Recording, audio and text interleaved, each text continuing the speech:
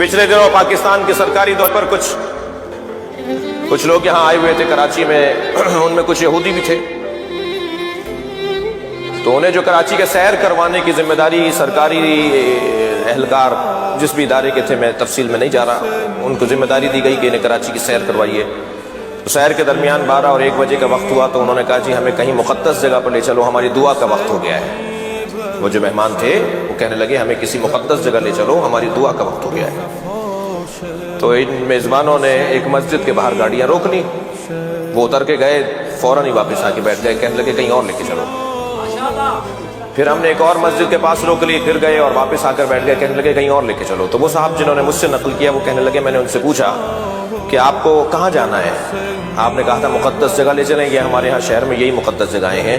कहने लगे नहीं, वो झंडे वाली मस्जिद में ले चलो, वो मारते नहीं है, वो मारते नहीं है।